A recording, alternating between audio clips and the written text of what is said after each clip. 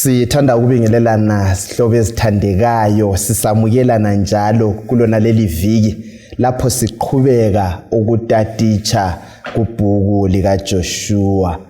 Na kuleli viki sikusfundo ngo-10 mina engikhulumayo ngo-Amos Maforo ngizanxusa ke isihlobo zami ukuthi balibingelele labo baziveza ukuthi bangubani. Salibonani bathandekayo, siyajabula ukuba ndawonye njalo esifundweni okhulumayo ngumfundisi Mila Dube. Salibonani izihlobo ezithandekayo, mina nginguMrs Siboneni Mhlanga. Salibonani babukeli labalaleli, sisamukelana kwisifundo salamhlanje okhulumayo nguRuben Ngwenya. Singakangena esifundweni siza kuba lo mthandazo, asikhuleke nini. Babo ingcwele okhona ngikhaya ezulwini, siyabonga umsa wakho okusihlanganisa njalo kusona lesi sifundo salamhlanje.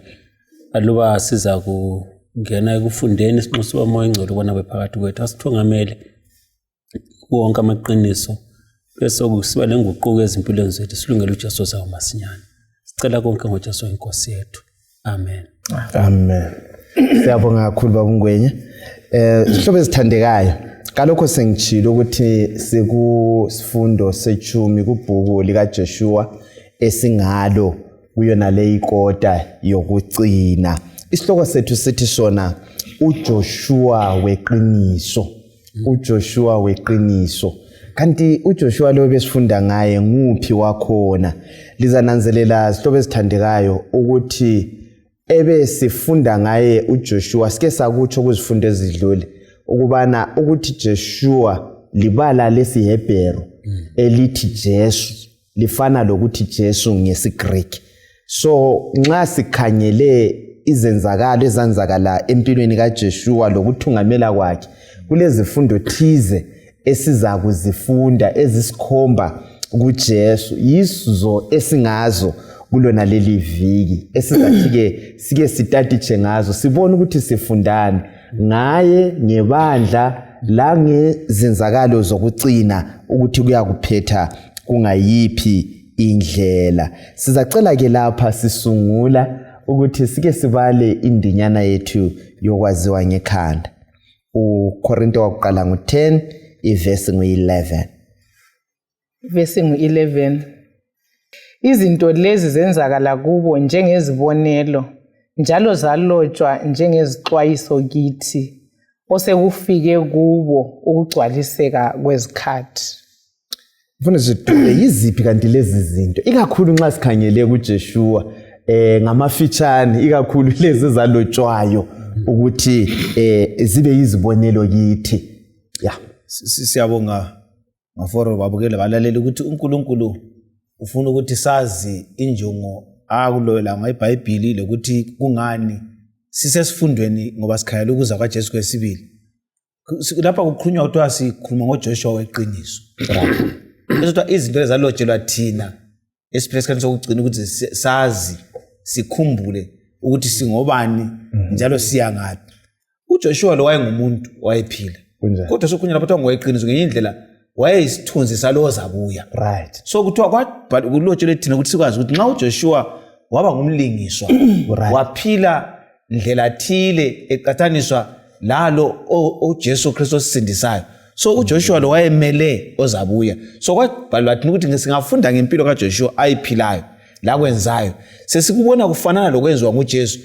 Sasibona ukuthi iBhayibheli liqinisekile lalihlose ukuthi lambule kithi okwakuthiswe uNkulunkulu esuka lo Israyeli izolo kuya kithi Israyeli namhlanje wakomoya. Kakhulu siyabonga Ngwenya akuyithathe indaba sichazelelayo okuthola ikakhulu nxa siveza lesi sifundo ngoJoshua lo weqiniso. Enguthola ikakhulu nxa ngikhangela imemory text ethi lezi zinto zilotshele thina ukuba nazibe iziqondiso lezeluleko. Mhlawumbe abanye bethu masikhangele uIsrael wayizolo sikhangele ukukholwa kwakho okuncinyane silokumsola thile ukuthi uIsrael ehambe ngaphansi kweyezi bedawulwa nje lubomvu. Thina ke singangena ke ehluthanye noluncinyane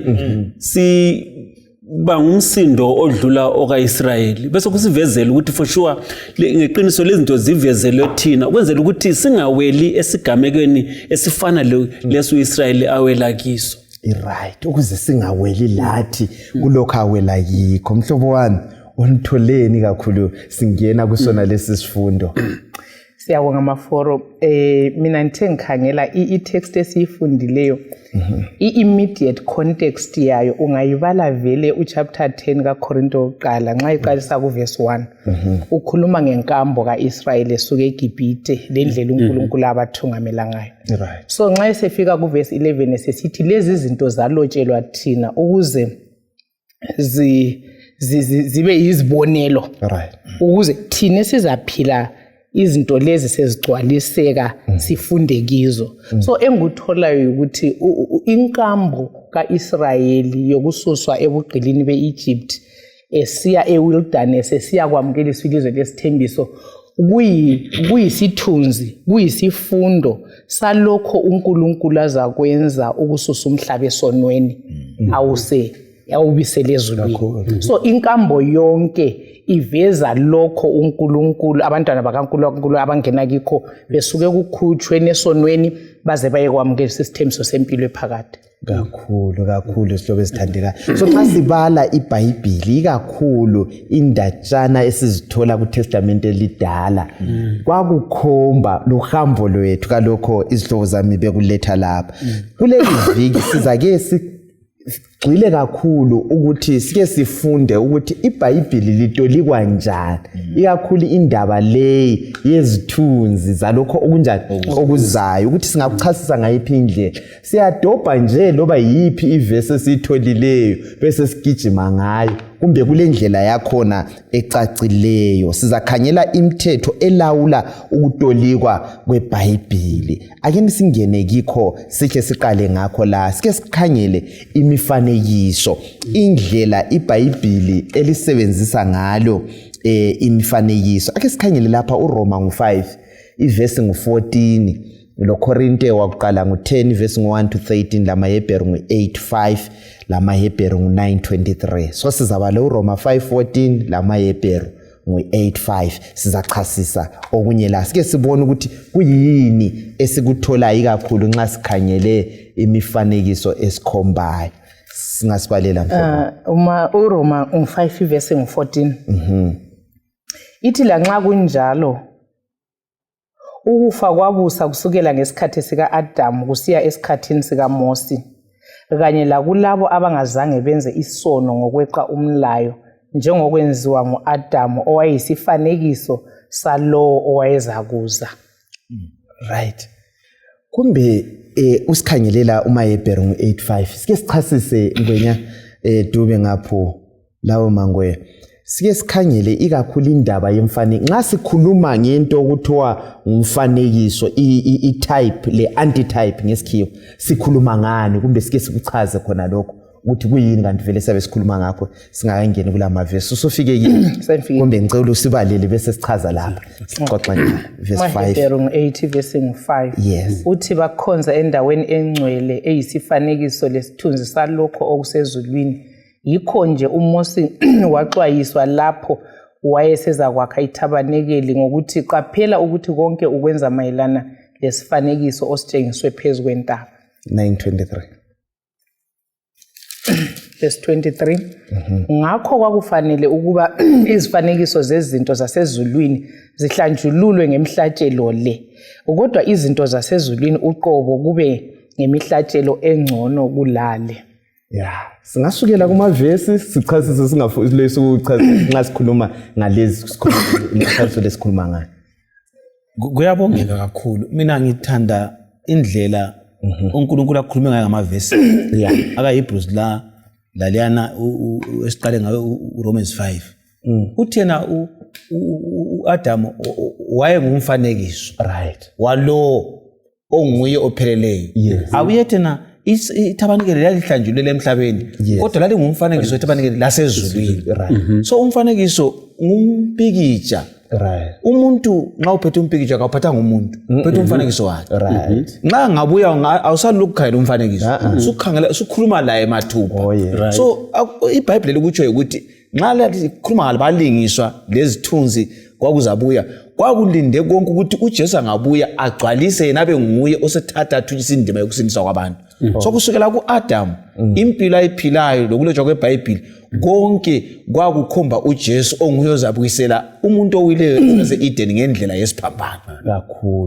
Kakhulu kulamandla lokhona kakhulu ya ukuthi imfanekiso le yayisikhomba kokuzayo angithi phela nxa sokufikile awugxili usemfanekisweni khona phana mhlobo wami ya njengokuthi nxa kule isibonele ngifuna ukusinika nti ukuthi asithi mina umhlanga nxa engekho correct ngingambuka epikitsheni yes ngimthande ngimkhumbule kodwa nxa esefikile akuvumi ukuthi ngiqhubeke ngikhangela umpikitsha i-real figure isikhona. Uyakwazi ukuthi khona lokho kungenza ngibone ukuthi uNkulunkulu ulesisa kulezinye inkolo ezivuma ukuthatha izinto zilokho ezinjalo. Right. Anti sivumelene lapho ukuthi izinto ezazenzakala. Yes. Kodwa zilezifundo zimfanekiso yalokho kuzakwenziwa. Sithini ke ngathi esilokhe siqhubeka sigqoka eziluhlaza ngoba uNkulunkulu ku-Old Testament uthe umpriest kagqoke njalo. Liyakuzwenza ukukuletha nti yes lokuthi silokhe sibisa izinto induku ka-Aaron silokhe silathi esikhonza siyithwele sithi ngoba induku ka-Aaron. So ngibona ngani lesi sifundo siba sihle kithi ukuthi sizwisise ukuthi nxa kwenzakala ku-Israyeli wenkambo yayizolo kodwa bekuyilutho uNkulunkulu afuna ukulufundisa thina esiphile ensukwini lezi ukuthi lezo zinto zichone.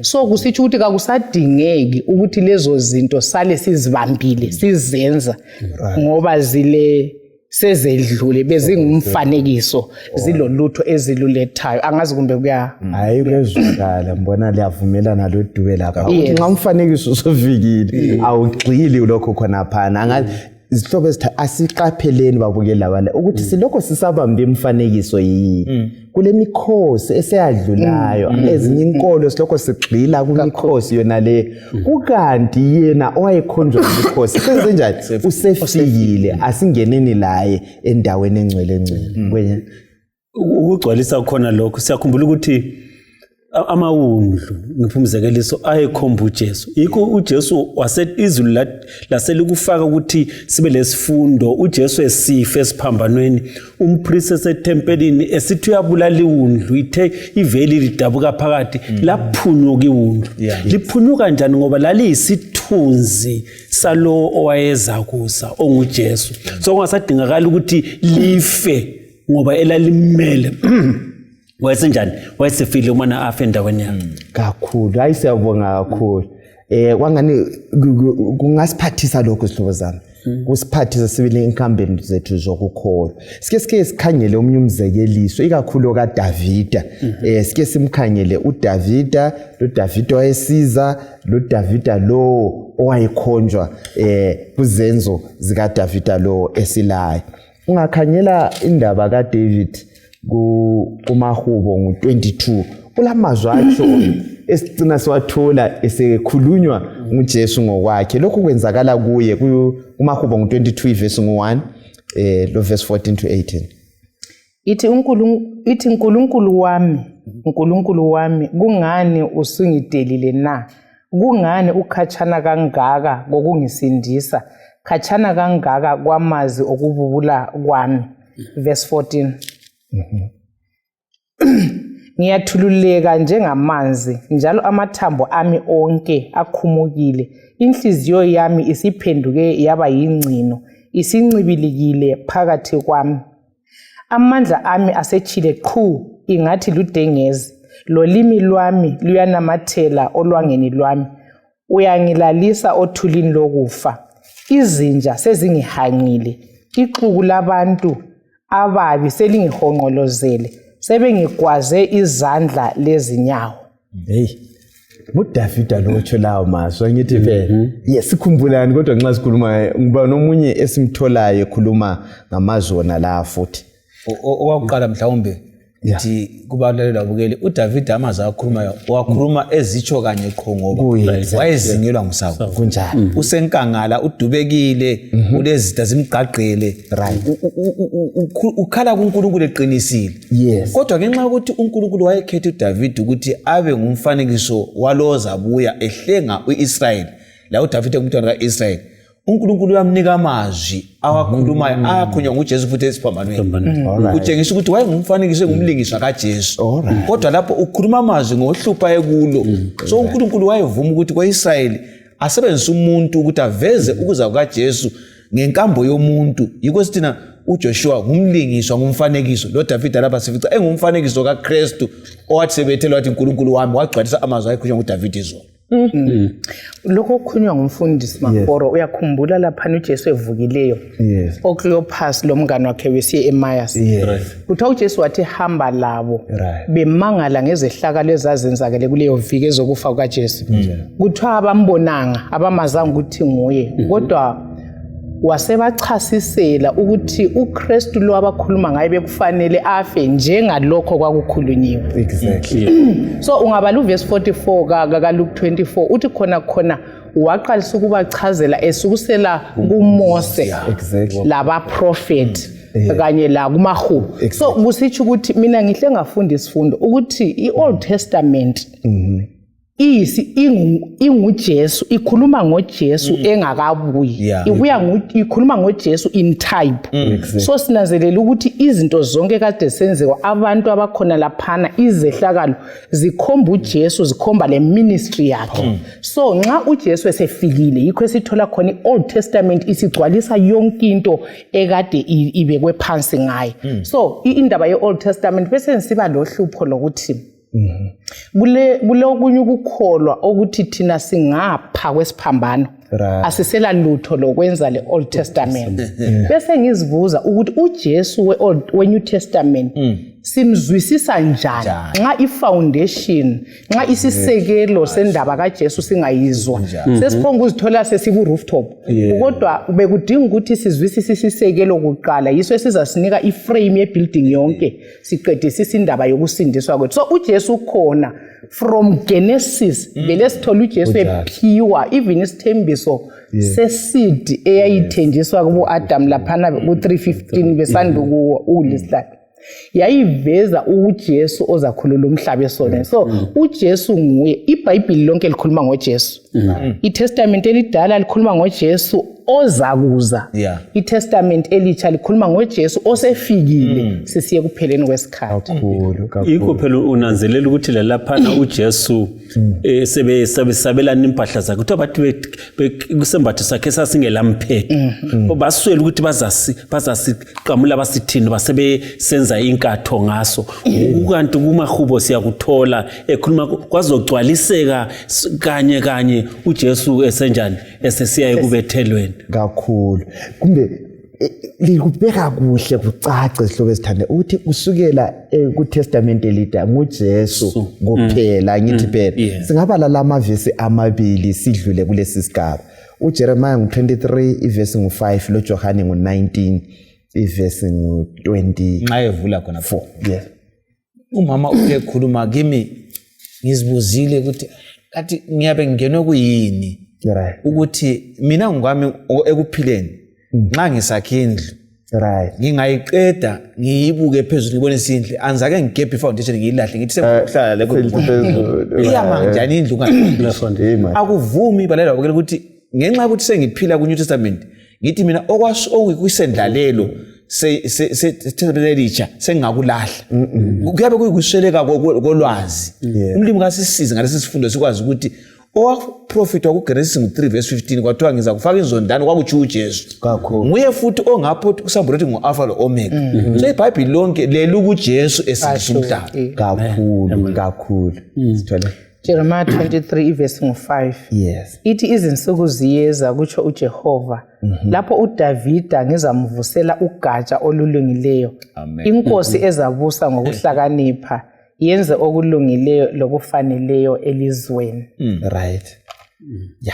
nansi indaba lapha isihloko zami uyathembisa asibambeni lo Johane ngo1924 sizihlanganise indaba lezi ngoDavida lo ukuthi wayekhomba uphi uDavida ngani verse 24 John 19 bacebisana bathi kasingasidabuli kasikhetheni ngenkatho ukuthi sibe ngesikabani lokhu kwenzakala ukuze kugcwaliseke umbhalo owathi babelana izembatho zami benza inkatho ngezigqoko zami leyana kwayithinta ngwenya leyana asikuhlanganiseni la ngapha kwakukhulunywa ngoDavid uJeremiah sethembisile futhi ukuthi uzakuza konke lokhu kukhomba kuphi kanti uDavid esingaye nguphi likhumbule indaba esingayo sikuJoshua wani weqiniso yes uDavid esingaye nguyo kaIsaya ngo9 verse 5 to 6 uthi kuza kuzalwa keManuel right uzalwa endlini kaDavida ngenxa yokuhlela kwaNkulunkulu so uDavid owayevele emele uJesu owazalwayo uJesu okholwa ngumuntu wonke yes mina nyake ngikhathaze ukuthi uJesu nxa esebuya siyaphepha njani right ngoba akula muntu emhlabeni ongakwazi ukuthi safaka idate yokuthi kuyaphunyula sikhumbula uJesu umuntu wazalwa alright khona kanti siyamkhumbuza wazalwa nguye uDavid lo ayemele okumele simkhole ukuthi nxa izolo wakhulunywa ku Old Testament singalahli imbhalo liyana esincedisa ukuzwisisa ukuthi esekhona nje wasuka ezulwini wenzani khona ngale kuyaphetha ngani kuyasinceda ukuthi simkhole ukuthi uJesu kakhulu biyasichasise futhi indaba leyi ikakhulu siqedelana indaba leyi ngwenya yokutolikwa kweBhayibheli ikakhulu nxa sikhangele imfanekiso la lokho okuzayo okuyabe sokufikile okweqiniso kulezigaba ezintathu esingazo nxa sichasisa la nxa ukhangela iverse siyabe simele sikhangele impilo ekaJesu ngokugcwaliseka kwayo ngesikhiwa abayithi Christological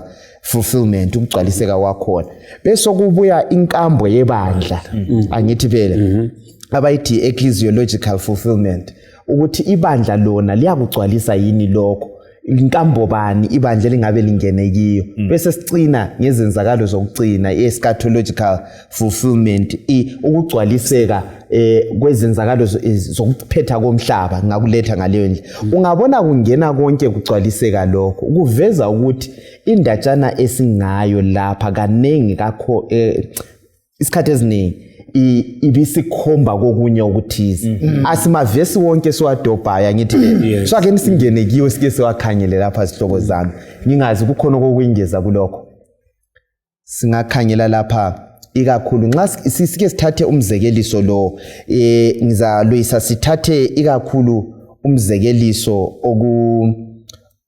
okusiphuma kwabantwana bakaIsrael besiya eKenani iExodus qale ngayo naleyana khangela uMateyu 2 iverse ngo19 usiya ku21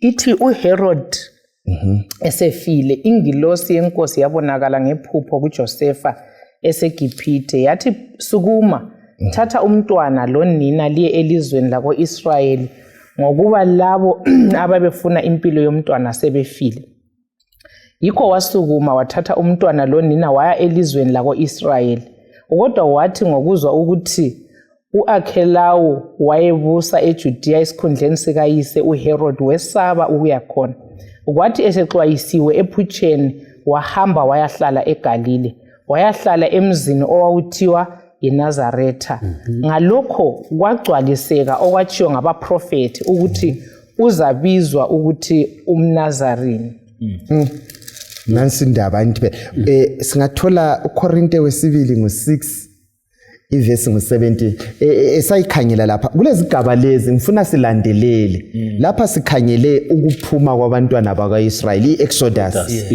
ukuthi zifundo bani kuzigaba lezane ezintathu enthe siyazilandela nxa sikhangele ikakhulu leyi okuthiwa ngempilo kaJesu sifundo bani sisifundayo laphana kuMateyu 2 iverse ngo19 usiya ku20 ikakhulu sikhangele ukuphuma kwabantwana bakaIsrayeli angithi abantu bakaIsrael baphumile eGibhithe right besiye eKenani yes uJesu la siyathola lapho ukuthi ukulandisa ukuthi ngenxa yokuthi waye efuna ukubulawa waphuma wayahlala wesikhatshana ngale kodwa uNkulunkulu ubuye futhi wambuyisela sefile lwana ukuthi abuyele ayehlenga futhi ubani uIsrael so sibona ungumlingiswa okubana uIsrael inkambo yakhe yonke yayinkambo yokulingisa aza kwenza uJesu ethungamela ibandla lakhe likhuphe emhlabeni la elisesikhaya ezulwini.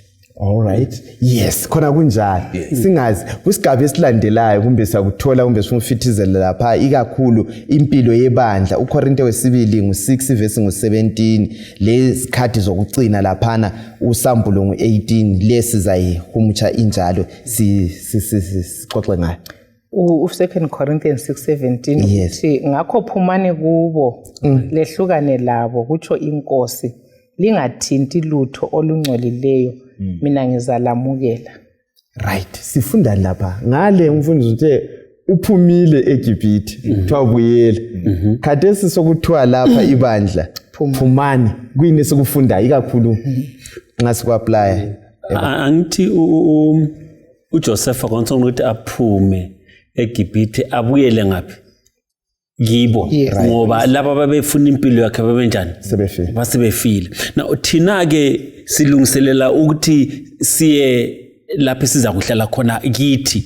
Now ufuna ukuthi siphume emhlabeni okokuqala singakaphumi physically kumele ukuthi mentally siphume entweni ezinjani zomhlaba sahluke singaphuma ngokwengqondo imizimba yethu kumbe izenzo zethu zizaveza isinqumo esisenze ngaphakathi ukuthi sesichiyana lo mhlaba sesiphila ngokwentando kaNkuluNkulu sisemhlabeni.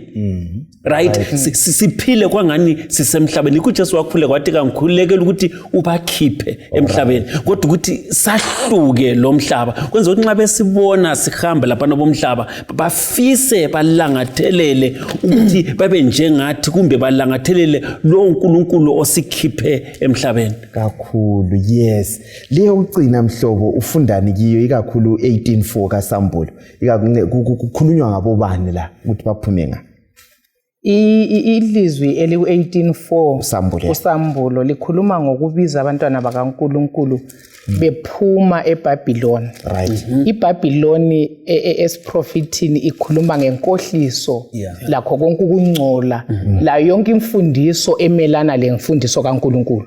So bekumele ukuthi uNkulunkulu adinga ukuthi sibe yikho khona ungwenye ukuthi intile laphana ngokuhlanganisa ukuthi ufina siphile sisemhlabeni. Right.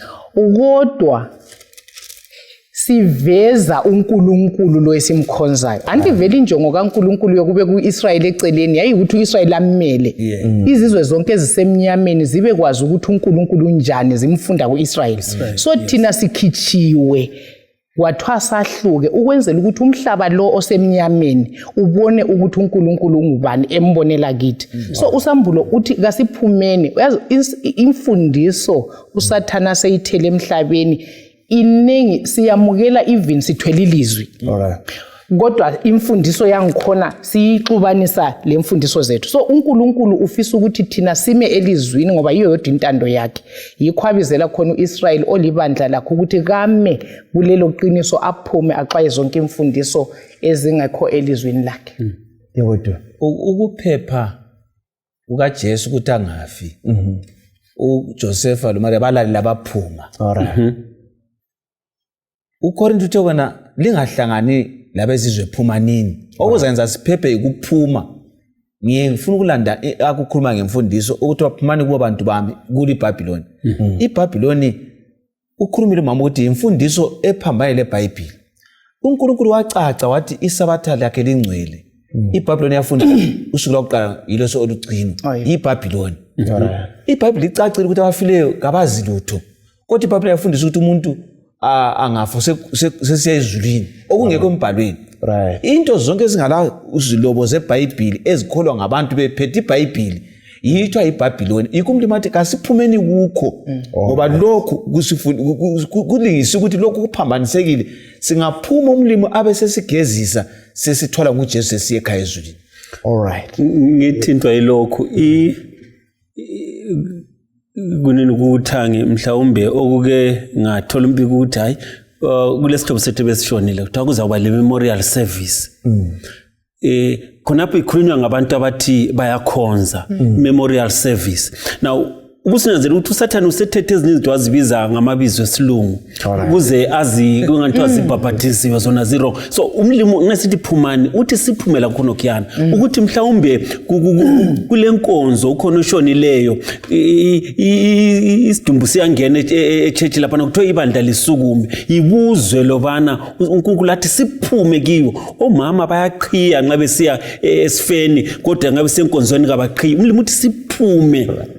All right. Sahluke singafani lo mhlaba ngoba akuncedi ukuthi umuntu ngoba egcineni abantu baza kubona ukuthi ukuza kumlimo kungasizi ngoba lokhu kufanana ukuthi bonke utshintsha kuphela ukuthi niyahlala ngapha uthi asahluke.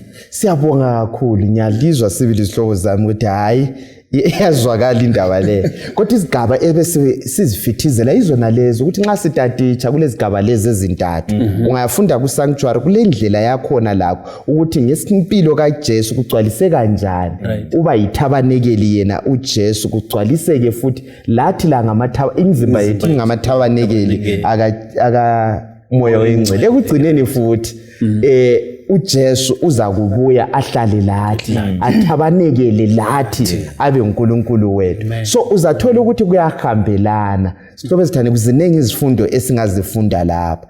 Nxa kufika esigabeni lapha, nxa ufika esigabeni sokuthi ungasazwisisi ilizwi, ungenza njani? Ungaphathiseka kanjani nxa kuleminye imibhalo ongayizwisisiyo? Ungenze njani ukuthi kucace kuwe? Angithi iBhayibheli lithi imibhalo yokuphefumulelwa uNkulunkulu ngomoya engcwele. So nxa umoya engcwele waphefumulela yiwe usudingayo. Umoya engcwele kasubambi njengesashwebhu. Kodwa siyakhuleka kuNkulunkulu siucele. So nxa engasazwisisa imibhalo asilingiseni okwenziwa ngabantu abathi sebekuphakathi kokudangala kwe disappointment. Uthi sengasabuyanga October 22 laphana ngendaba yesentsha abangayizwisanga. Uthi abahlangana bakhuleka. Sebekhulekile uNkulunkulu wabuya waveza ukuthi hayi angibuye emhlabeni uzogeza tabanekeli ngiyoda ngingine lengcele ekhaya ezulwini. So uNkulunkulu wavela bethandazile. So engingakucela kumlayelo mbukeli ukuthi ungabona kule verse ungayizwisiyo kumbe ngumbhalo kumbe isehlakalo hlala phansi ucele kuNkulunkulu ukuthi ngikhanyisela uNkulunkulu kwabadingayo uyabavula ukuthi iqokothanisa livulela. Kakhulu siyabonga sihlobo esithandekayo. Ake nisike sikhanyele lokho. Kuyini kumbe singakuqamba lapha sincedisana lapha esihlobo zami okuhambelana thize phakathi kukaJoshua loMose esikuthola embhalweni kuyini lapho ngani kuyahambelana thize mina ngudobhile okokuqala okufana nayo ukuthi nxa uNkulunkulu bobabili amadoda wawabiza ekuthungameleni uMose ubizwa engale landela izimvu zikaJethro uJoshua ubizwa atshelwe ukuthi uMose sefile wena woza uthungamela uIsrayeli achapha umfula. Okwesibili engikutholileyo ukuthi nxa uNkulunkulu ezambula kibo uyavela abesebanika icommand efana nayo. kuMoses ungabala uExodus ngo3 verse ngo5 kuthi ekhumula imbatata indawo ingcwele. Lo Joshua nxa ebona iwarrior liyana ithi khumula imbatata. Okwesithathu engikutholeyo ekuthungameleni kwabo ngani kuyafanana ukuthi uMoses nxa sebefike sebedlule eSinayi kuthiwa wathuma inhloli ezingu12 ukuthi asihambe zekhaya ilizwe ukuthi linjani. And ingqondo efananayo lokwenza okufanayo sikuthola kusenziwa nguJoshua anti uMose wathuma abangu12 then uJoshua nxa sebefika by the borders simbone ethuma izibhayile ziyane ezimbili. So sibona ukuhambelana kwendlela ababizwe ngayo lendlela abathungamela ngayo kakhulu. Kwenya kuyini futhi okunye singabe siyakuthola bakhanya balokuchapha thize bachapha lawo bantu. uMose uchapha ulwandle lubomvu elo Israeli abese siyanika isigodo uJoshua achaphe uJordan lo Israeli ofana naye. All right. So kulokuhambelana thize la likhumbule siloko sigijimisa indaba kaJoshua weqiniso. Right. Usebiziwe laphana uJoshua kuthiwe lapha imana yaqala ngoMose. Yes, nxa ususebechaphile beqalisa ukufika isifundo sawo sakuqala imana igcina ngobani futhi ngoJoshua. Ya, ulamazwi ngicela usibalele uDeuteronomy ngo18 mhlobo wami. Sisukele khona pha kungxoxo yethu iverse ngo15 usiya ku19. Ulamazwi atshoyo nxa ekhuluma ngehofisi leyi uMoses ayelayo uverse ngo15 usiya ku19. Kuse ku19. Yep. Okay. Ithi lapho uJehova uNkulunkulu wenu uzalivusela umprofeti phakathi kwabafowenu njengami. Libomlalela. Lokhu yikho elakucela kuJehova uNkulunkulu wenu eHoreb mhla wosuku lokuhlangana lapho elathi asingalizwa ilizwi likaJehova uNkulunkulu wethu njalo singabone umlilo omkhulu futhi ngoba singafa. uJehova wathi kimi, lokho abakutshoyo kuhle, ngizakubavezela umprofeti onjengawe phakathi kwabafowabo. Ngizamfunza amazwi ami, yena nguye ozabatshela konke engizamlaya ngakho. Nxa loba ngubani ongayikulalela amazwi ami,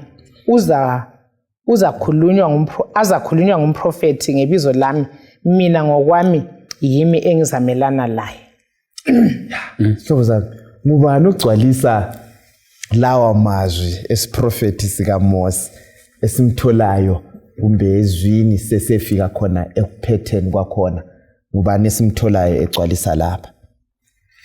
Now sizananzelela ukuthi uJoshua uyagcwalisa ingxenye yalesi siprofeti.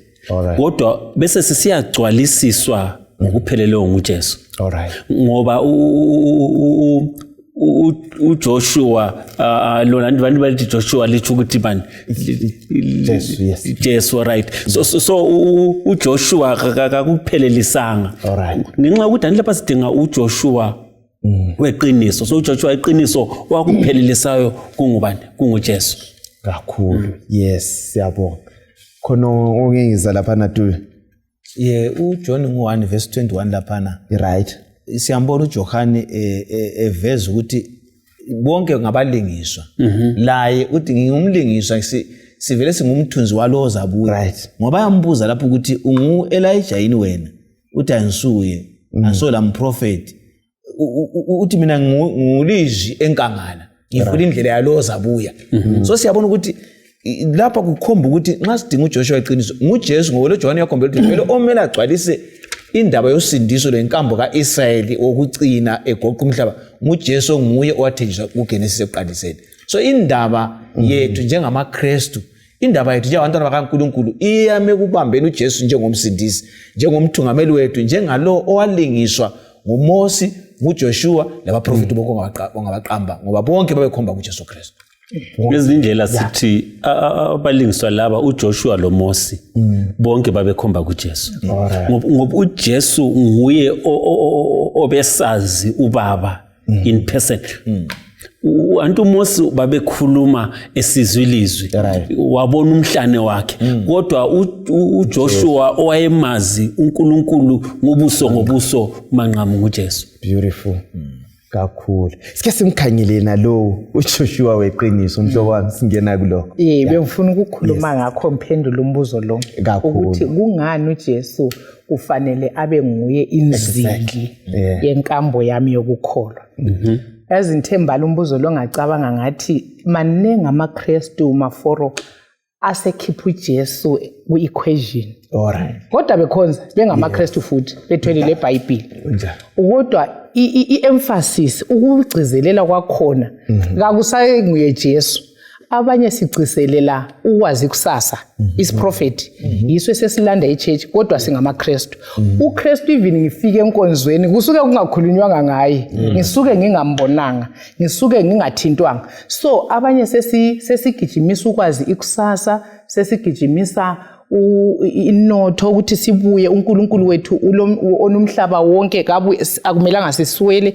Abanye sigijimise ezempila kahle ukuthi ozandlisile ozandlizuze lokho. Kodwa umlobi asivezela khona uNkulunkulu adinga ukuthi sibe kwazi nguJesu. okwenza uJesu abe yisenta maforo yomhlaba wonke. Khangela ivini itabernacle anti sithe into lezi zazi ngimfuzisele. Yes. Ukuhlala kwetabernacle yayisesenta uIsrael wonke eqaqele. Kuveza ukuthi uJesu nguye oyisenta yempilo yethu.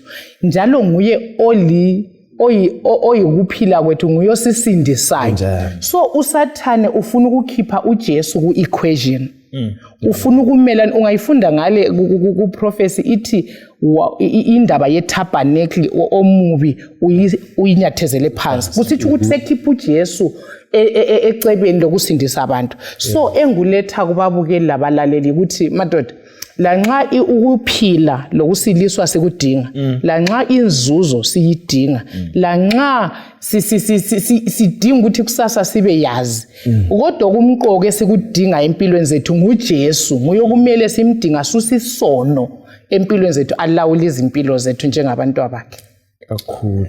Sidinga uJesu. uJesu weqiniso. Angithi phela uJoshua isingayo uJoshua weqiniso. Sesifikile lapha konke anti bekukhomba like lafethizela si-introduce lapho ukuthi nxa ulo umfanekiso usefikile uNgwenya sebuyile ubaba ngilaye lapha kanti ngizabe lokho ngibambe umfanekiso na ake nisikhangele uJoshua weqiniso la usefikile sizabala lapha amaHebheru 4 ivesi 10 lo 11 Verse ngu-10 ithi ngoba loba ngubani ongena ekuphumuleni kukaNkulunkulu uyaphumula lakowakhe umsebenzi njengokwenziwa uNkulunkulu ngowakhe.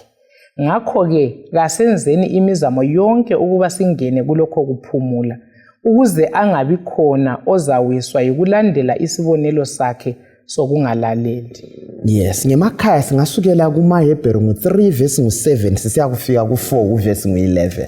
Kulamaqiniso ambalwa akhona laphana nxa sikhangele iTestamenti elitsha liveza liqinisa uJoshua lo weqiniso lo Mose bekhomba kuKristu. Kuyini esikutholayo lapha ikakhulu kuTestamenti elitsha kuvumelana lamavesi awendulo la ukuthi lo nguye uJoshua weqiniso.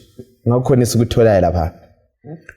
Now okunye ngikuthole ukuthi uJoshua sizananzelela ukuthi uIsrael wathungamela uIsrayeli wangena eKenani ngemva kweminyaka engamakhulu amane. Right, uJesu khonapho anti babechaphe uJordan bechaphele eKenani ngemva kweminyaka engamakhulu amane na engamachumi 40 years. Now uJesu ude khuphuka esisiyaqalisa umsebenzi wokubana asisindise ukhuphuka kuJordan aye enkangala 40 days esilwa lesitha kwinjongo kuyikuthi kukhululwe bani kukhulule mina lawo ngemva kokuvuka futhi Ngwenya singakhumbula wahlala emhlabeni lo enkangala i40 days engakayiqalisa iministry ezulwini. So khona lokho kuyasitshengisa ukuthi uJesu uba yi-antitype njani kulokho esikubone kusenzakala kuJoshua. Lokho kulamandla kusuka kubomama lo kulamandla kakhulu bakithi after so akulangozi mfundisi Dube upho ukuthi 40 kuyahlangana 40 kulesizathu kuyabe kukhomba okunye thize kuyini okunye singabe siyakuthola laphana. uJoshua esikhulume ngayo lo uthungamela uIsrael esiyangena eKenani uyaphumula ukuchika abakwenzileyo eGibhithe lohambo lonke.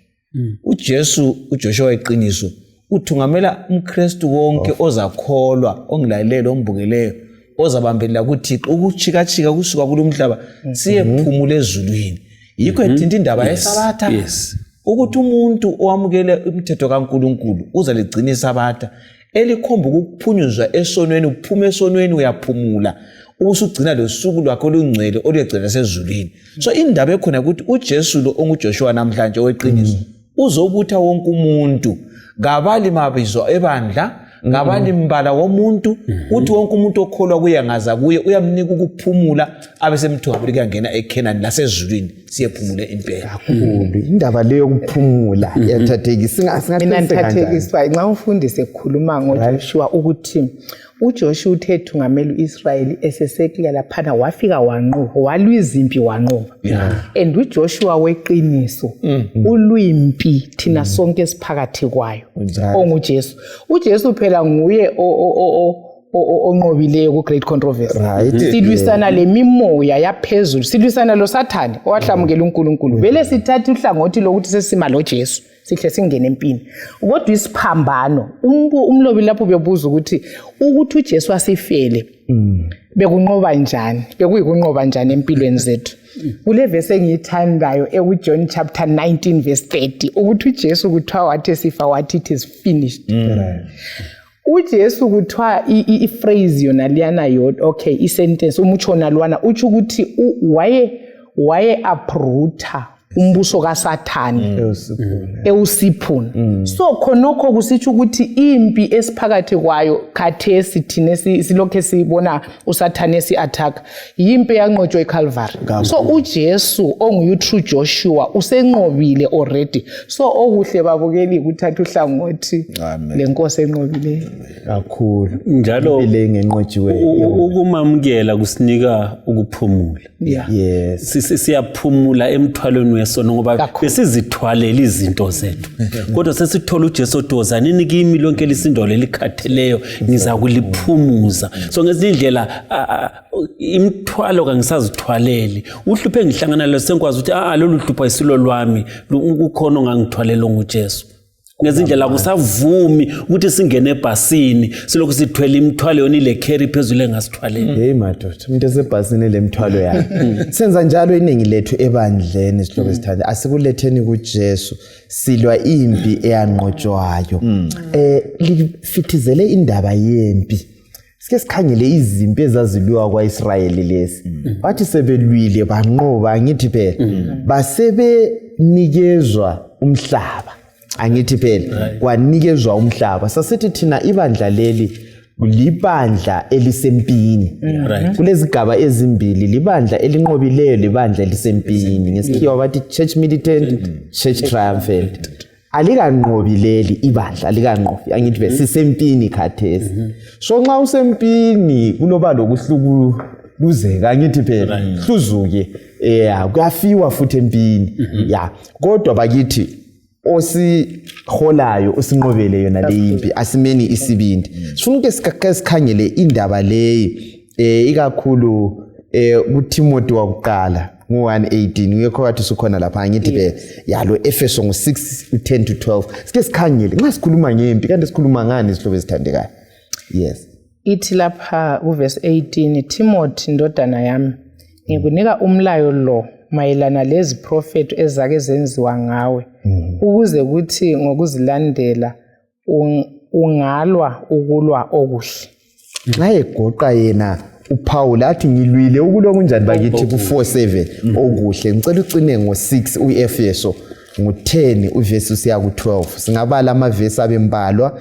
uKorinte wesibili ngo10 verse ngo3 usiya ku5 lo umsebenzi ngo20 verse ngo32 kodwa sacina kuleyo Efeso 6 verse 10 ithi ekucineni qinani enkosini lasemandleni ayo amakhulu fakani isihlangu esipheleleyo sikaNkulunkulu ukuze lanelise ukumelana lamacebo kaSathane ngoba kasilwi lenyama legazi kodwa silwa lemimoya lababusi lembuso kanye lamandla omhlaba lo ogcwele ubumnyama silwe njalo lamabutho emimoya emibi emibusweni yasemazulwini nansi indaba sihlobo zami nxa sikhuluma ngezimpi izimpi zikaJoshua anti imfanekiso sifundani kuzimpi esingena kizo nxa sikuyikuthi siyangena ezimpini vele zikhona yini kunjalo maforo kuvele uJoshua lo esikhuluma ngaye esiya empini lo Mose uzafica ukuthi babeqala bebuze kuNkulunkulu ngoba vele impilo engaso yabo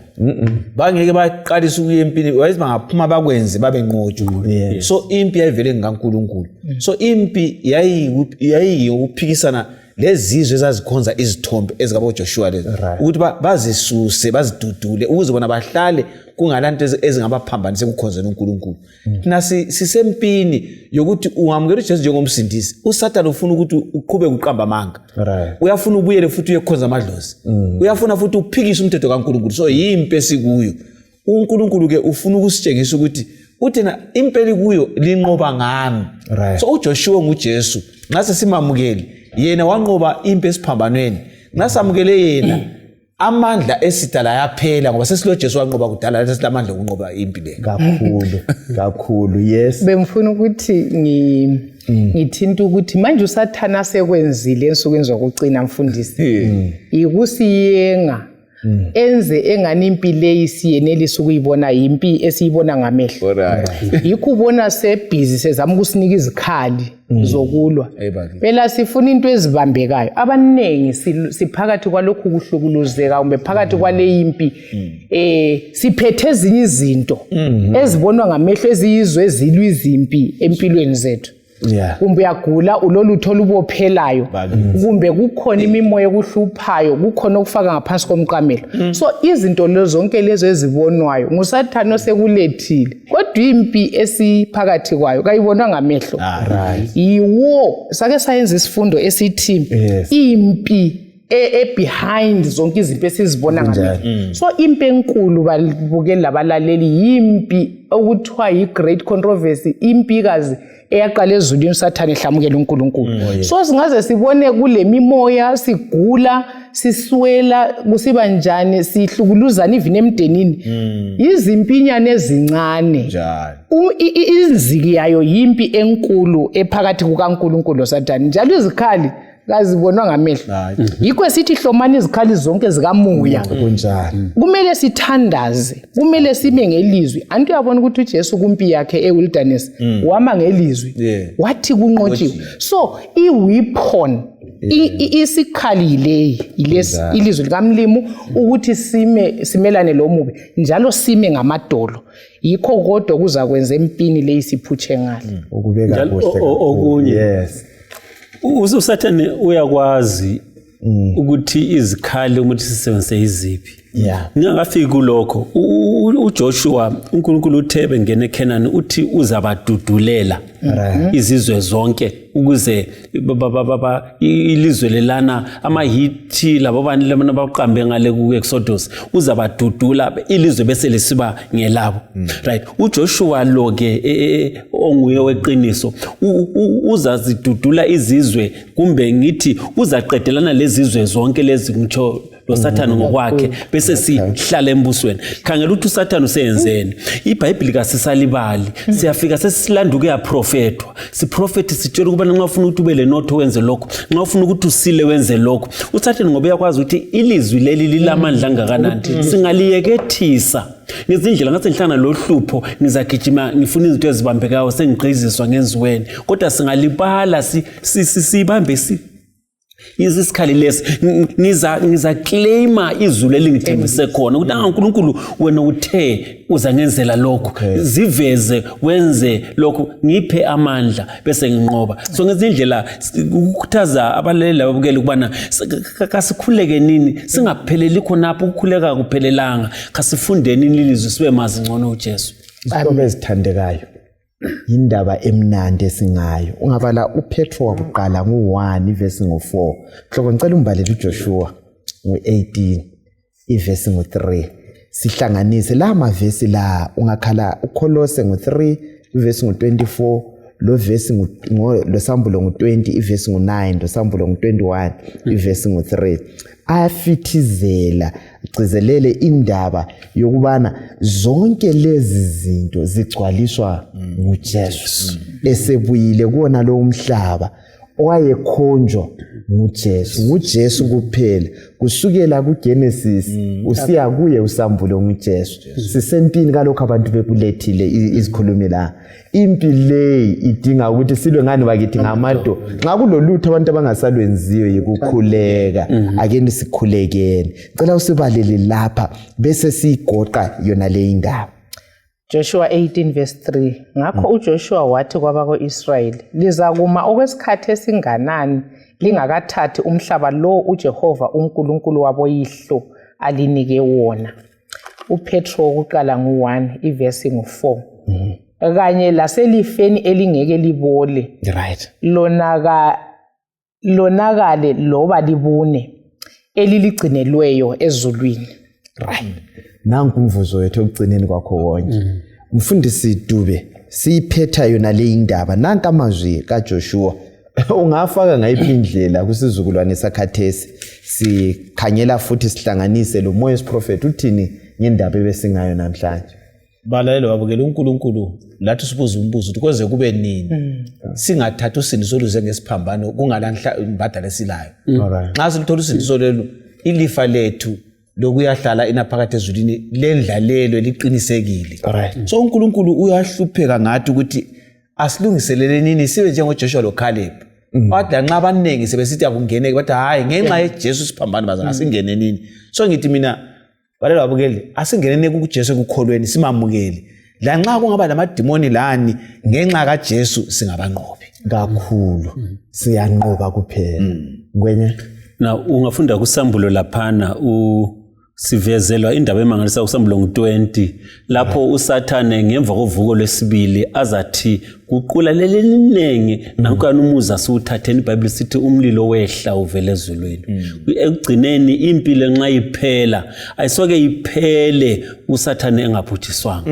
Uza kubhujiswa ubususiya ngale kusambulo 21 verse 30 bheka ithabaneli kaNkulunkulu lisebantwini. Uza kuhlala labo, uza kuba uNkulunkulu wabo bona bebe ngabantu bakhe. Yikho sikukhangelele ukuthi aluba nxa singananzelela ukuqhakatheka kukaJesu empilweni zethu silesithembiso esimangasisayo sempilo engunaphakade lapho siza kuhlala khona uSathane engekho ku vacation kodwa esebhujisiwe yena uqobo lakhe lesono sesisusiwe emhlabeni.